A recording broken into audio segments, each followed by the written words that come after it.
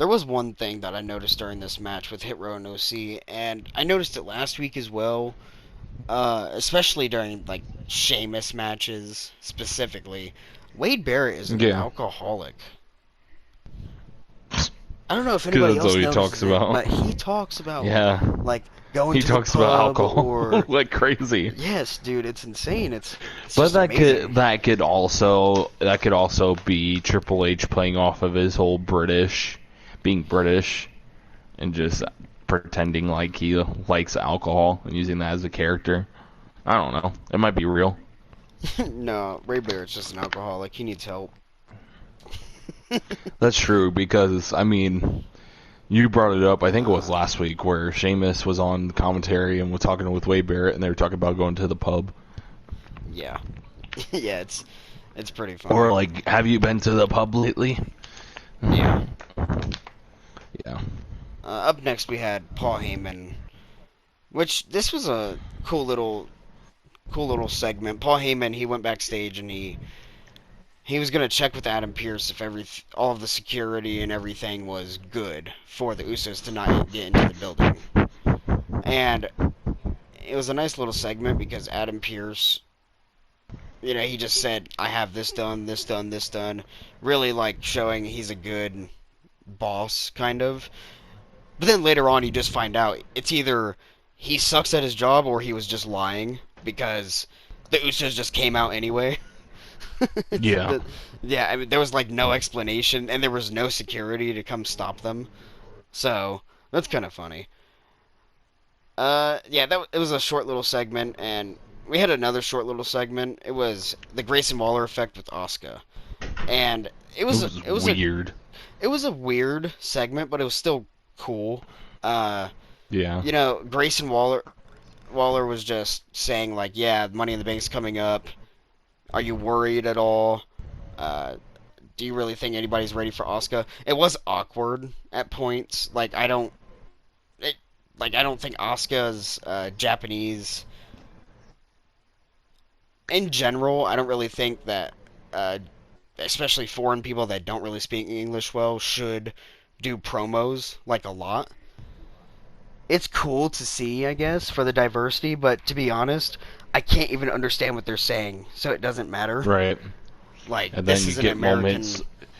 Yeah, I was about to say, because you have moments like when Io Sky started yelling at Asuka, and they started yelling back and forth in Japanese. It's just like, man, if I just knew what you were saying, promo would be so much better. But Yeah, I have no idea what you're saying. it was weird. Like, it's cool, I guess, because it's diverse or whatever, but it Right. is confusing. But anyway, you had Grayson Waller not really having a lot of chemistry with Asuka. It was awkward. Io Sky came out, which I was excited for. Like we said, they were talking in Japanese. No idea what they said. I'm sure it was a great promo. Whatever. Bailey came out afterwards, and you could sense the tension between Io and Bailey, which is cool. Like it's great long-term storytelling because this has been going on Yeah. for probably a couple of months at this point. It seems like they're going to break up. That might not be what's happening, but it at least seems like it, and I would love for that to happen. Bailey Yeah. said that Io said that one of us are going to win, which is probably not true. And then Shotzi came out, and then Lacey came out, and Shotzi and Lacey And coming then out Zelina. makes sense, but I don't really care about either of them. I used to care about Shotzi. There's something weird with Shotzi right now, and there's something weird with not Lacey, but she just hasn't been there for a while. She's had too many gimmick changes. Too Yeah, it's many too just soon.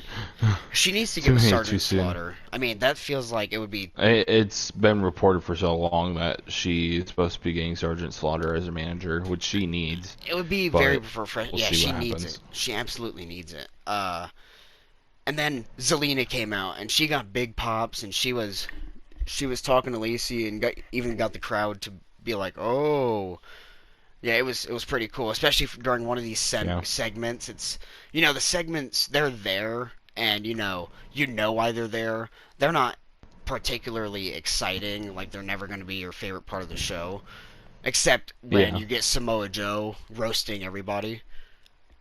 But other than that, Let's treat this like an AA meeting. You yeah, shut your mouth while I'm speaking with the group. That will yeah, always be one of my favorite promos.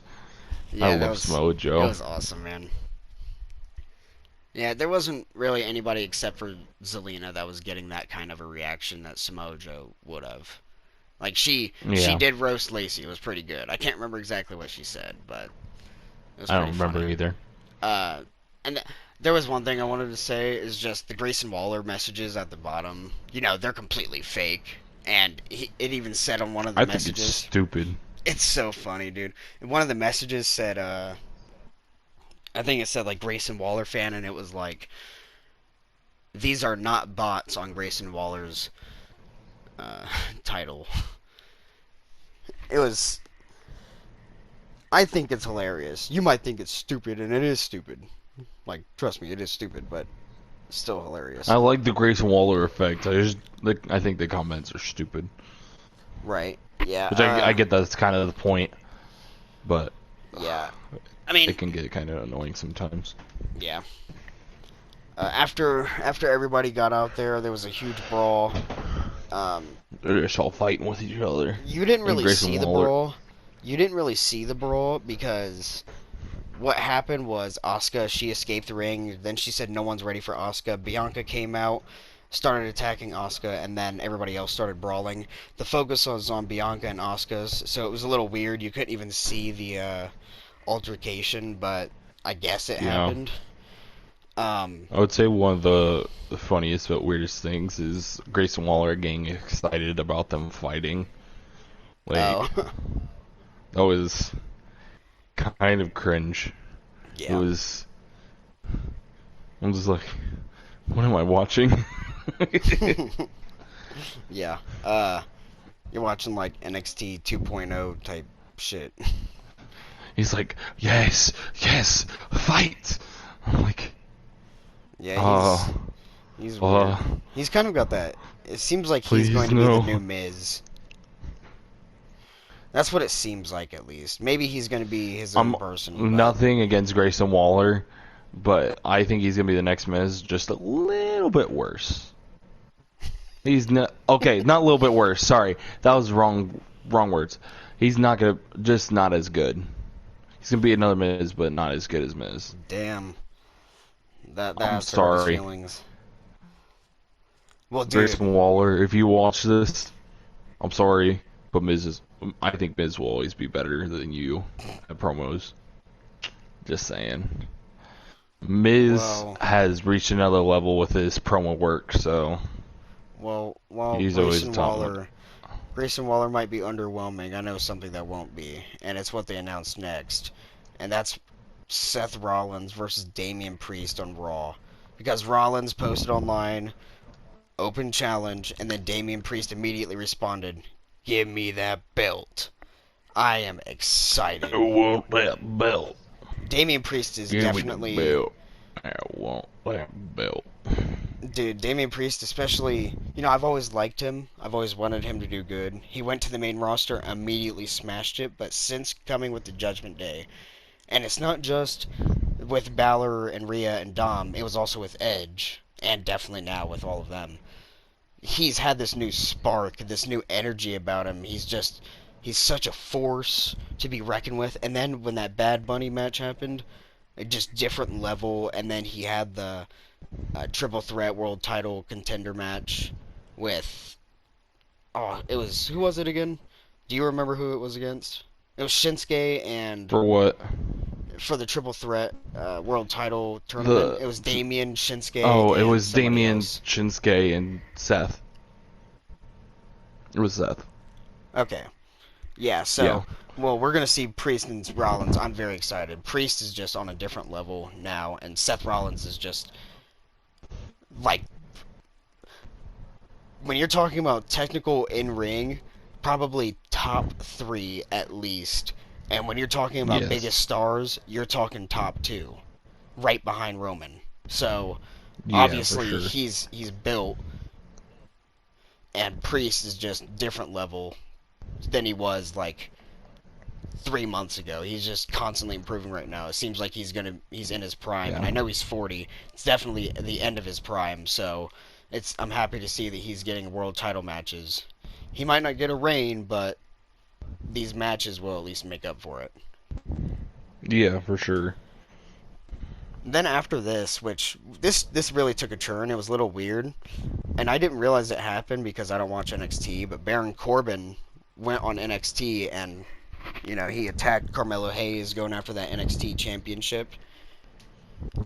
It's now I just want to say this: it's great that Baron is getting a new atmosphere to try to survive in because he's been stale for since 2018. Well, not 2018. He had his good Happy Corbin and then the sad gimmick, but other than that little bit and the occasional match or little rivalry, he's just been stale. I mean, especially now, his character is very boring. It's very old. The fact that he's going to NXT, I want to see him get a new character. And not necessarily a new character, you know, he can go back to the past with that lone wolf character, and I would love it. And I Yeah. think that's what he's doing now, but we'll just have to see when it goes Yeah, we'll on. see if WWE. Yeah, we'll see if WWE follows through with that. So they showed Baron Corbin on NXT, that recap, and then you had Cameron Grimes basically say the next time that Baron comes on SmackDown, he's going to handle him. And this was the only thing that Cameron did on the show, but it was enough. I mean, Cameron Grimes, I love how they're pushing him already. Yeah. It's great to see. It's good to Um, see him in that kind of spotlight, even if it is small, yeah. starting out. So going right back to that Grayson Waller effect, it showed like that was just a little bit of stuff, the Rollins and Priest announcement, then that little segment with Cameron, then you had Zelina versus Lacey. So this match was one of the Money in the Bank title or not title, Money in the Bank contender matches. Zelina won. It wasn't a long match. It was decent. Uh-uh. And that's pretty much it. Lacey didn't really have a lot of character work. She needs Mm-mm. Sergeant Slaughter to get into a legitimate, considerable threat. And Zelina, she's there. Darn it. Man, what are you doing? Yeah. Trying to make baskets in I your was trying. trash can? Yeah, I was trying to throw my water bottle away and I missed. I knew it. Darn it. I'm just kidding. After Zelina Get to won, the good part. you went to a LWO promo. We're getting there. The LWO promo just had Santos and Zelina say they can't wait to win the Money in the Bank, and then all of a sudden you see Rey Right. Mysterio come in. I can't wait to. That's essentially what he is- did. Yeah, basically, it was. I can't wait for you and you to become Mr. and Mrs. Money in the Bank. I was like, ew. Sorry, I'm gonna be honest, Ray, what have you become? It's weird. dude. I'm gonna be honest. Rey Mysterio, this is the perfect spot for him as the mentor, especially since, I mean, he was doing it with Dominic already, I mean, but Santos right now is being set up to be the next Rey Mysterio, so dude, yes, it works out. it works. It really works out because say you had the main event Rey Mysterio and you have the main event Santos, those two in the same faction can't really work Ooh. unless one of them did Intercontinental or U.S. Championship picture. What? I would love for Santos to be the person to retire Rey Mysterio. I mean, yeah, that's I just mean, a I would given. kind of hate for them to lose the LWO and for somebody to turn heel. But man, Maybe a respect match. I mean, I could see that. you could do a natural respect match. But You don't have to turn him heel, but I think that would be cool. that's And just pass on the lineage. I mean, I want the LWO to go on for, a while, and then even after Ray retires, Mhm. I want it to keep being a thing. This is just, I love it. Right. I like how Ray is not really in a world championship He's not going to be in the He Money in the Bank. Wait, is he in the... I don't think he is in the Money no, in the Bank no, contender matches. not Right. as right. Excuse me, not as right now. No, Right. he's not So in the picture. it's good to see that Santos is in the picture and Ray isn't, and he's just the mentor for them, so that Right. it doesn't ruin the LWO as soon as right now.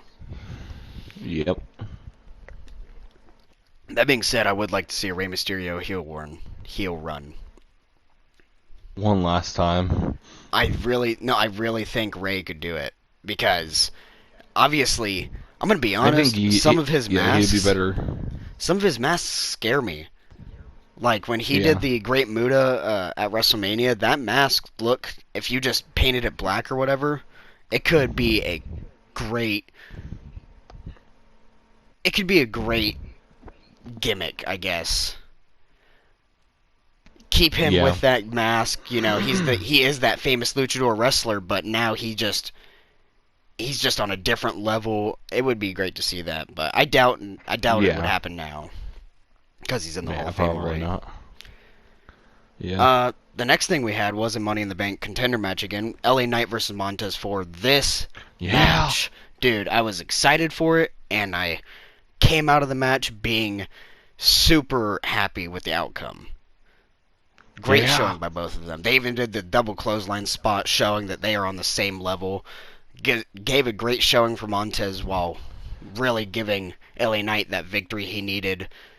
Now this is going to be his first pay-per-view main roster. Yeah. Yeah. Yeah. Yeah. He tried to go for the BFT, and then Montez tried to reverse it. He hit him with that O'Connor roll up. I forget what it's called, but Yeah. it's close enough. Schoolboy roll. Yeah. And then he rolled him up, grabbed the rope. 1, 2, 3. Yeah. LA Knight wins. Yeah. And he moves on to Money in the Bank. And Yeah. with Ricochet and Yeah. Shinsuke Nakamura. Yeah. Yeah. Yeah. Yeah. L.A. Knight. Yeah. Knight. But dude, Yeah. he did a crazy moonsault. Like, I don't know if you've Oh seen yeah, it. I saw that. He saw it. jumped to the I thought top he was rope. gonna land on his head. I thought he was gonna land on his head. Let's think about this logically. LA Knight is like 6 foot. LA Knight he's 6 foot. He's 40 years old. 6 foot, 40 years old. He does not do at springboard least moves. 220.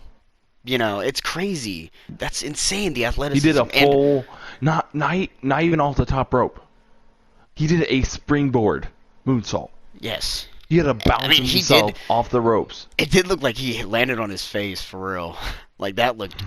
He almost hard. missed it. He landed it. No, he he didn't land on Montez. He missed it. But I meant like he landed it. Like he did the move how it's supposed to be done. Yeah, but it But it looked looked kind like of he was gonna hit his head.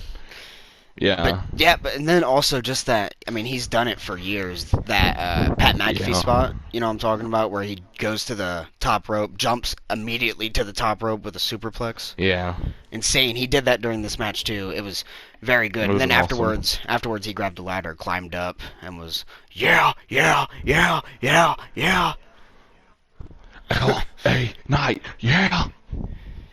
Okay, enough of LA I Knight hope he for wins. one night. I really hope he wins. I want him to win. I also do want to see Montez in that match as well, if it's possible in any way. Please, if they do a second chance match, this is what I was getting to earlier. Yes. If they do their second chance matchups, please have Montez win. Yes. I want to see Montez in this match. I mean, there's just so much Same talent. thing with At a Bronson. certain point, you can't have all of them in there. Right, because they'll only have 2 spots left after next week. No. How many are they doing? 6? I don't know. I would guess they're doing 8, 4 for each show. I hope they would do 8. If they do 8, then there'll be 3 spots, I think. I don't know. I'm not sure. We'll find out. Yeah, after this, you had Alba Fire and Isla Dawn hype. We've had this for the past couple of weeks. Also good. It was actually, in my opinion, it was kind of scary. It scared me a little bit.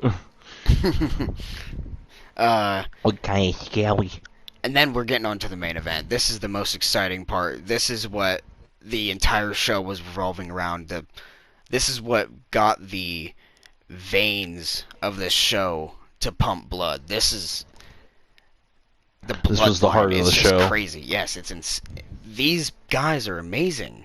Like Roman Reigns and the Usos and Solo Sikoa, Paul Heyman, they're all so good at storytelling, and everybody else throughout this has been insane. I can't wait for just to see where this is going. It's insane. There's so Yeah. many twists. So basically, Triple H brought out the bloodline, which is now just Roman Reigns and Solo Sikoa with Paul Heyman.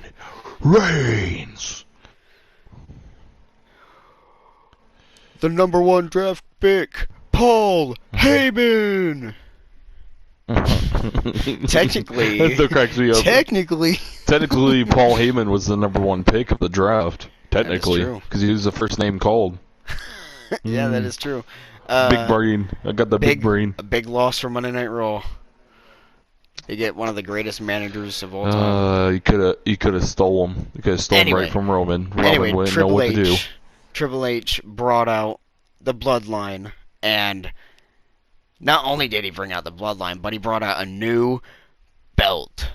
This championship is... No, I don't... I'm going to be honest. I don't know how I feel about it. I know I like it, but there's something a little off about it. I wish they would have came up with a completely different design instead of just having the one that they had, but make it a different color. Yeah. I think they should have gone more of a design like what they did with the WWE, the World Heavyweight Championship. Do something like that. But I don't know. Just not as the same. And just gold. Like, I like the gold. That's my favorite part. Is I like that they made it gold. Yeah. But I think they need to change the design. Yeah. Because I think everybody's tired of seeing the same design on every title. Right. If they would have changed the design, it would have been mwah. But I just can't wait for them to change the designs of the women's and tags. And hopefully they do the that. IC and US are good for now. In my opinion, the tags need a change just because they're fucking silver. They're not gold. And I mean, come on, they are. At least they're better than the other ones, which were bronze. No. I agree with you. Yeah, they are silver. They need to change them. I just think it's funny. Do the same thing. Just make a gold outline and gold in the middle. Just full gold. Well, and then, yeah, the women's make it out are pure just... gold. No, that's stupid. Oh my god. It's just Can't there's not it. even a design. It's just there's not even a belt. It's just a block of gold at this point. Essentially, they had to drag it behind them. It's so heavy. Somebody help! Chain. Oh my god. Anyway, I really liked Roman Reigns. He said, because this is his 1000th day, entire universe, acknowledge me. Acknowledge me. Yeah, it was pretty cool. And then immediately afterwards, the Usos come out. Usos. Yeah. And Roman's like, what? Paul Heyman's like, wait, did I get lied to you? Yeah. So they went to commercial, immediately came back, and you see Jimmy and Roman having a standoff, which, you know, just it was cool to see. You don't really see Jimmy in the spotlight. Is also what I've been thinking. It's cool to see him get my boy Jimmy's about to be in the spotlight for a while now. Yeah. Because I mean, based on what I've seen, he's gonna be the next challenger for Roman versus Jimmy. Yeah, honestly. So Roman tells Jay to kick Jimmy in the face, and I mean he tells him that like 4 or 5 kick him in the times. Face. 4 or 5 times, and Jay just doesn't. And I will not ask you again. Kick him in the face. Yeah. Jimmy says he was just being a brother when he kicked Roman in the face. Obviously Jay didn't kick him in the face. It's the Usos versus Solo and Roman. I mean, this is... But I really wasn't sure going throughout this, because basically Jimmy says he was being a brother when he kicked Roman, he was trying to protect Jay, and Jimmy even warns Solo that Solo will eventually get manipulated by Roman, and it looks like Solo starts thinking, which was actually kind of surprising. The wheels started turning. Yeah, Roman wanted to hear from Solo who he's loyal to, and Solo basically I says, love this response. "I acknowledge you, I my tribal acknowledge you, chief." my tribal chief, but they are my brothers. I'm like, oh, And he just goes to the other side. He goes to the other everybody's side, like, so it's the oh, Usos, oh. Solo versus Roman, which was just like it's finally. Oh my God, Roman's reign is actually crumbling right love now. Roman's face too. He's like, Yeah, what? like he really sold that he is like his life is over right now. Like he That was has crazy. his face in his hands. He's just like, what did I do? Like Like he was what just is told. going on? It was like he was just told his wife died. Like that was. Yeah, it's Wow. like he just got told that his whole family just got killed in a terrible accident. He's just like, Yeah, dude's breathing hard. He can't even look. He's just like, what am I gonna do? I mean, they ask him a question and he's just like putting his hand over his face. He's not even saying anything. It was great. We Uh, can we can run the bloodline together, but I forget what with respect this time. We'll respect each other.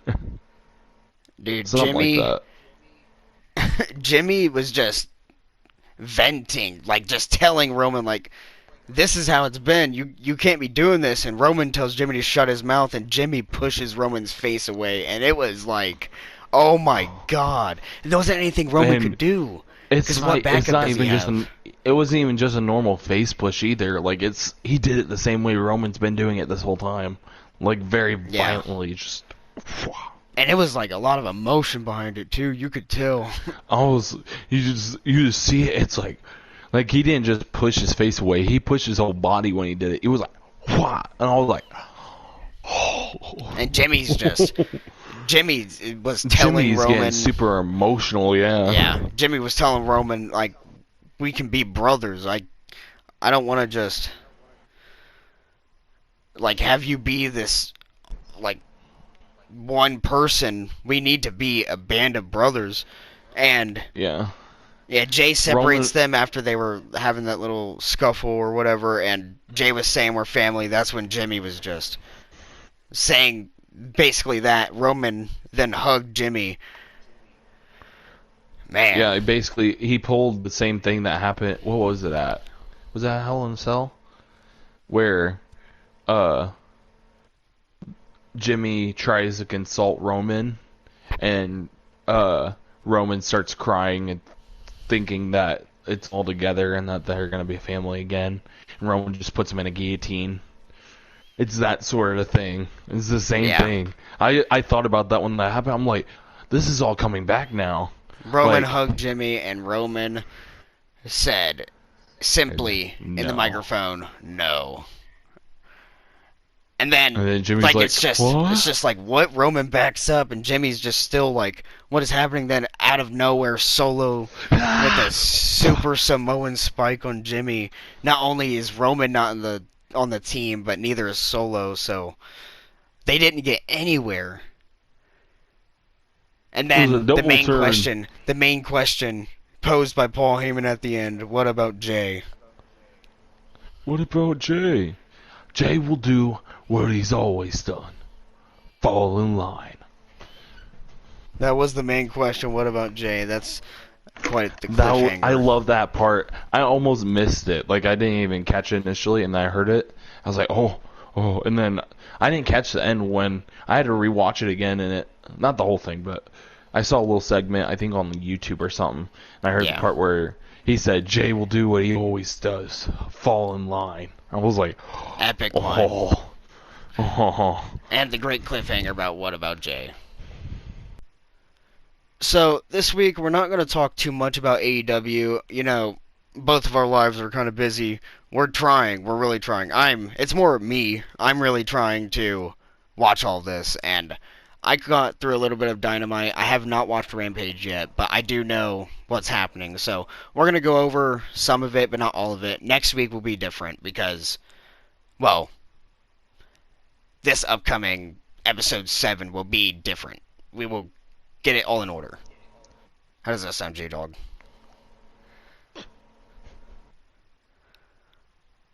Wait, what'd you say? Bruh is not even listening. What are you doing, J Dog? I'm trying to pull up Rampage. Okay. I They heard pulled what up I the wrong said. one. Doesn't matter what you if you heard it. Let's go. Basically, at the beginning, I know of this. I did watch this. The Blackpool Combat Club comes out. Bryan Danielson's on commentary. There's one thing I'd like to say about AEW. I love how they just. It's like they go off the fly sometimes. Like, they don't have to have a structure like WWE does. WWE has a structure. You know what it is. Like, you're pretty much in tune with when you're going to take a bathroom break, basically. Right. Dynamite, and I know Rampage, especially the pay-per-views, I mean, it's off the fly, like crazy stuff all of the time. And maybe that's the downfall of it sometimes, but when they do it in moderation, it's insanely great. I mean, it's just perfection. You know what I'm saying? Yeah. Oh, yeah. So, Bryan Danielson's on commentary. That's always good. It's Moxley, Claudio, and Wheeler versus the Lucha Bros and Bandito. I will say right now, It was a really good match. since I started watching AEW again last week, I am in love with Claudio Castagnoli again. I used to love him as Cesaro, and I haven't seen any of his AEW stuff until recently. Yeah. Him as the ROH World Champion, while at the same time, fighting for tag belts, and I'm sure he's doing other stuff on the side. He's just such a Yeah. workhorse. All 4 of these dudes are. I love the Blackpool Combat Club. Favorite faction from AEW. Yeah, for sure. So I will say Danielson is the best at character work, because not only is he working on his own character work, but he's essential in Wheeler Yuta's character work. Yeah, I agree. And Like Claudio Wheeler and Yuta. Moxley's. Yeah. Which is surprising to say because like Moxley and Bryan and Danielson have basically been doing it the same amount of time. So, Right. But Danielson's more the mentor, which again is crazy to think about, but it's kind of cool. Yeah, this match was obviously all the Blackpool Combat Club, plus having Danielson on commentary helps, but they're all good at character work. This match had a lot of character work as well. Oh Just yeah, for amazing.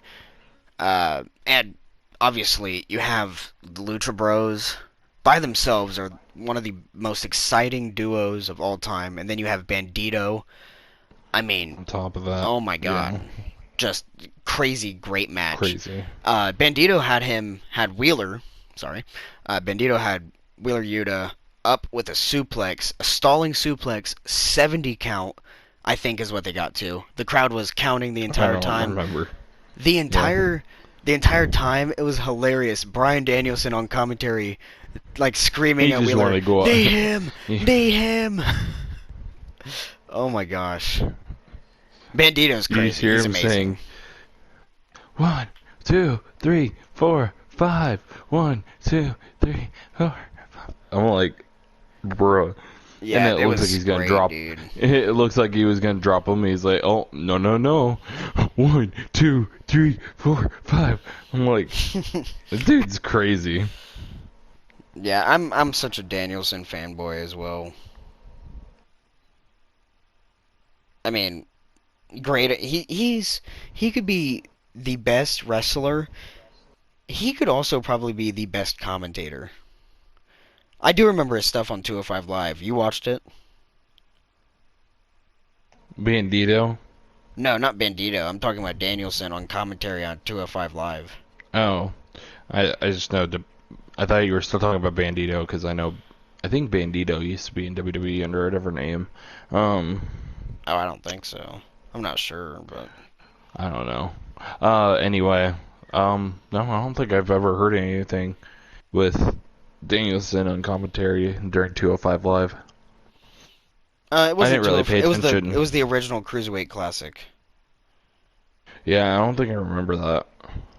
Yeah, it was great commentary. I think he did a lot more play-by-play, but now since he's an actual character, he's just doing great character work. He could be Yeah, once he retires, he could legitimately be in the Taz position, and it would be yeah, amazing. it very well could be. I know there was something cool. The Elite had a promo, just oh, we got beat up by the BCC. I don't care about that. Dark Order went over and asked Hangman Adam Page why is he hanging with his old buddies, and Hangman went to catch up. So that's more drama with the Dark Order and the Elite because now they're gonna fight between Hangman Adam Page. That will be cool to see. Yeah, for sure. Bullet Club, they had a promo.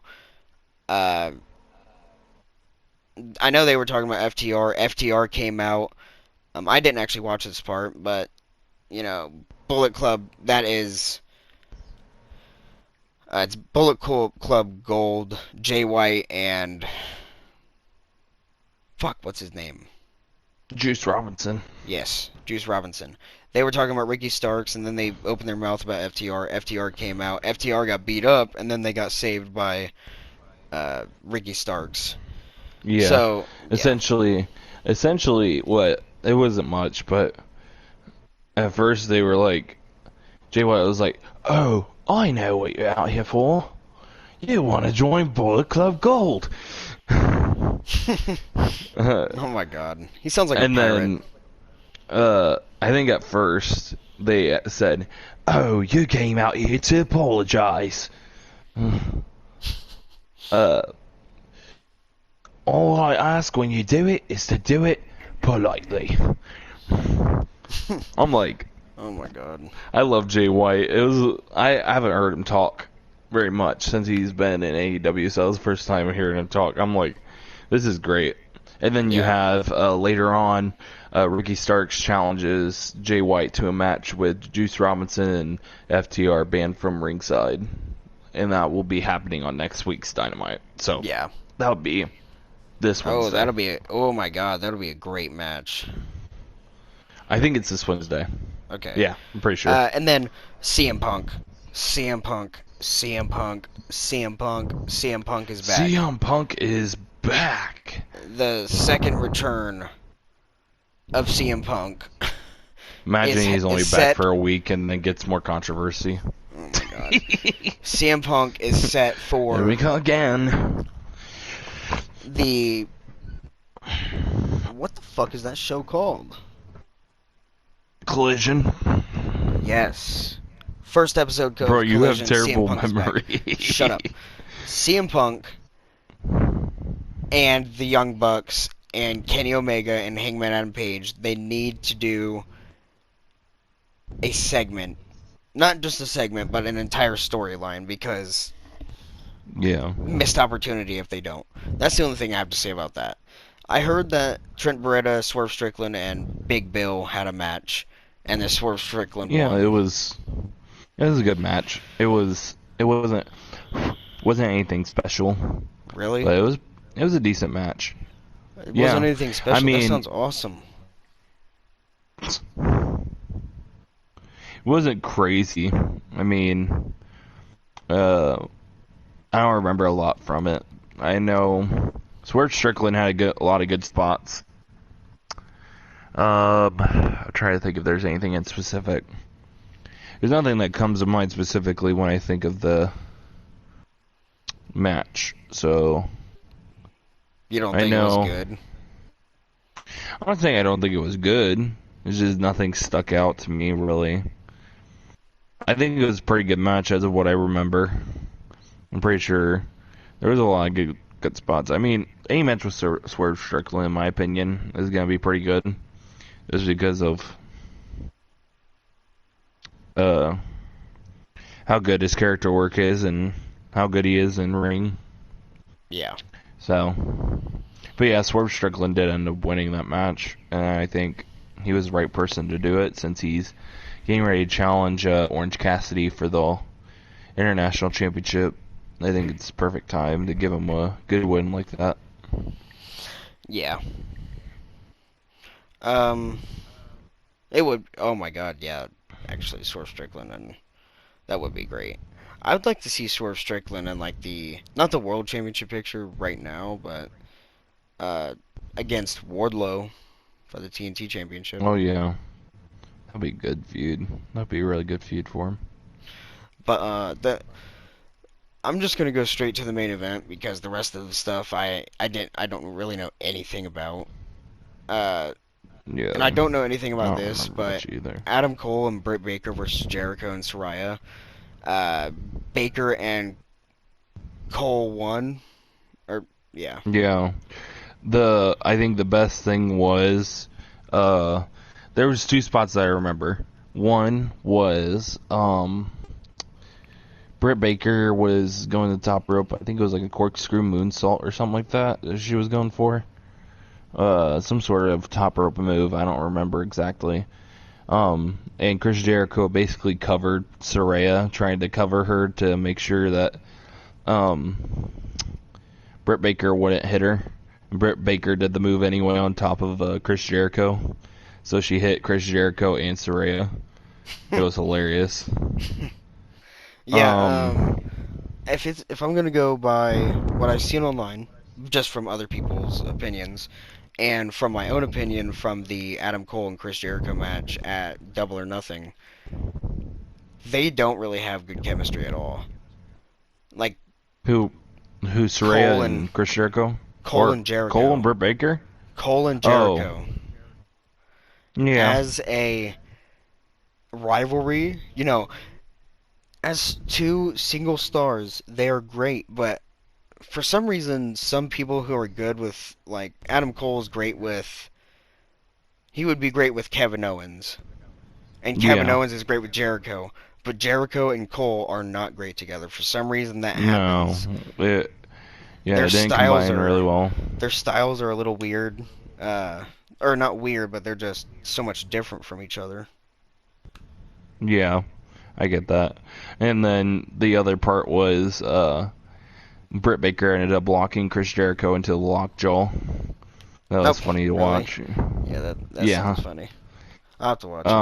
And then Britt Baker and Adam Cole both hit super kicks on Chris Jericho before uh, Adam Cole hit a last shot on Jericho to win. Yeah, I'm happy to see that. I hope that's over. I don't want that to be a rivalry that continues. And if you just want to mention some matches on Rampage, Yeah, I sure can. because I didn't watch that So, either.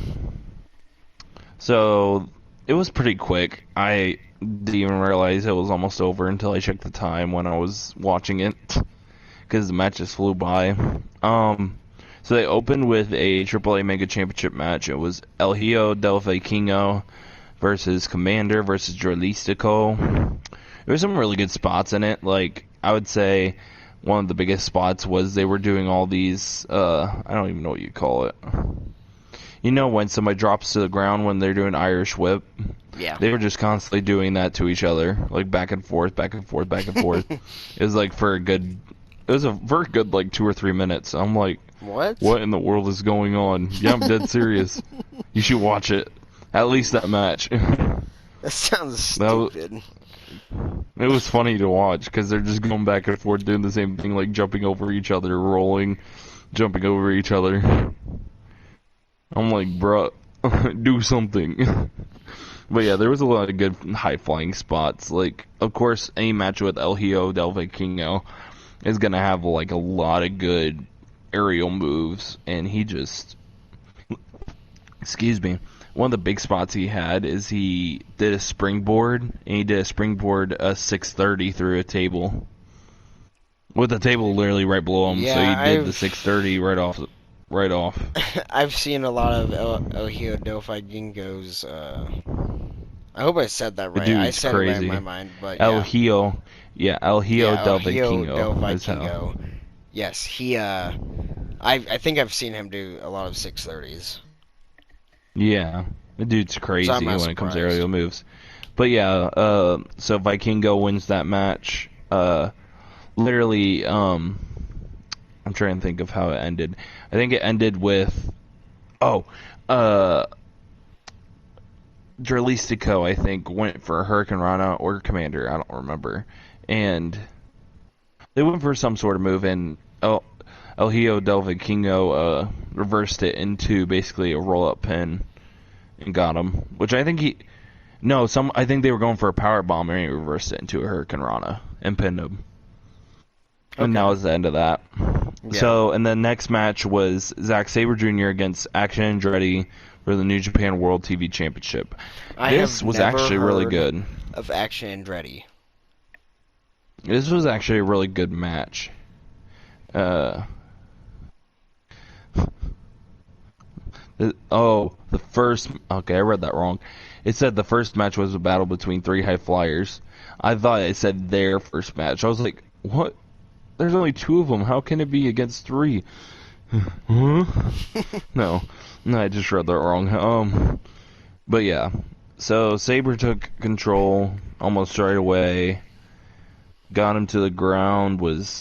I think they were doing like a bunch of transitions and were putting had each other in control at different times. Uh, and then when Andretti had any control, he would take it to the air, do a lot of aerial moves, and then it was very technical. It was a very technical matchup as well. Um, and then Sabre ended up getting like I don't want to say injuring Andretti's arm, but finding like a soft spot and then started going after that arm. Um, and tried to keep focus on it the whole time. Andretti ended up rallying later in the match, but Sabre Jr. just ended up taking back over and put him into, I think it was his finisher. It's like a submission move. And he like wraps it's essentially a label lock, and then went from the sidearm. I think caught him in midair and then put him down and put him into essentially a label lock, and then he realized that he didn't have the injured arm. So literally, after he did that, he grabbed the other arm and just trapped it with his feet and was like bending his arm almost all the way back to where it looked like if it was real life and they were going full out, he probably would have broke his arm. Zack Sabre So Jr., his style is like so gritty and so nasty, like very similar to Danielson. It's just the best. yeah. But yeah, Zack Sabre Jr. got Andretti to tap out. It was a very underrated match in my opinion. Like, it's not a match I would expect to see Action Andretti actually like come close to winning. But then Yeah. again, I haven't really seen any Andretti matches. I think the only one I've seen is when he beat Chris Jericho. I think that's the only match I saw. So then next we have Willow Nightingale versus Emi Sakura. My opinion, not very good match. Why not? I don't know. I'm not a fan of Willow Nightingale. I don't like her Sketchy. style. She doesn't seem. She seems to. This is gonna sound so bad. She seems a little too like kiddish. No, I know Her exactly what you mean. character's too kiddish. I don't like it. Um, but yeah, it's back and forth. I I don't didn't really really think pay that's attention her. to this match I very don't really much. think that's her character, though. I kind of think that's just her. Well, I don't like it. I'm sorry. I don't mean to come off wrong with that. But when it comes to wrestling, like I just with her, I can't stand it. There's such thing as being bubbly and too bubbly, and she's way too bubbly. I don't like it. Yeah. Um, but yeah, it was my favorite match. It was very back and forth, especially at the end. She did the whole Hulk up sort of thing. Once Sakura started, I think she started slapping her and basically build up momentum, hit her with like two or three clotheslines, and then hit Sakura with a massive power bomb and retain the title. Wasn't my favorite. and then we have the main event. Oh, another thing is we had a confrontation between. I'm gonna make this very short, just because I don't go too far into detail. We had a confrontation. We started out with an interview with Jeff Jarrett. I forget what their whole faction name is, but we start off with them. Sanjay Dutt is the one talking, and he basically goes into detail about their win. No, they lost. Sorry, their match at Double or Nothing, and how Aubrey Edwards cheated them out and all this, and that she shouldn't have gotten involved, and that they talked about how she being Aubrey Edwards had pushed Sanjay Dutt twice now, and he was basically tired of it, and so they were talking about all that and possible suspensions. Renee Paquette was interviewing him and said, well, there's word... actually, I don't think it was Renee. Never mind. It was a different interviewer. Basically brought up there's possible suspensions, and they start throwing a fit. Like, we weren't told anything about suspensions. Anybody should be suspended. It's Aubrey Edwards. And so, after that, you have Mark Briscoe come up, and they're talking, and Mark's just like, just because the match is over from Double or Nothing means I'm not done with you guys, because I want a match against you. And he points to Jeff Jarrett, and he says, and you, and points to Karen Jarrett, and Karen Jarrett just pulls the whole, who, me? And she's so confused because, I mean, I don't think she was expecting to fight.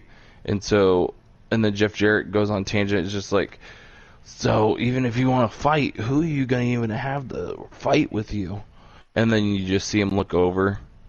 And of course, it's Aubrey Edwards. And they just get it to a huge brawl. And it's just so funny seeing Aubrey Edwards brawl with everybody else. I'm just like, it's kind of funny to see a referee getting involved with a storyline again. Like, she's the new Brad Maddox, but better. Yeah. But anyway, hope that name very short. never gets brought up again. Me neither. It was awful.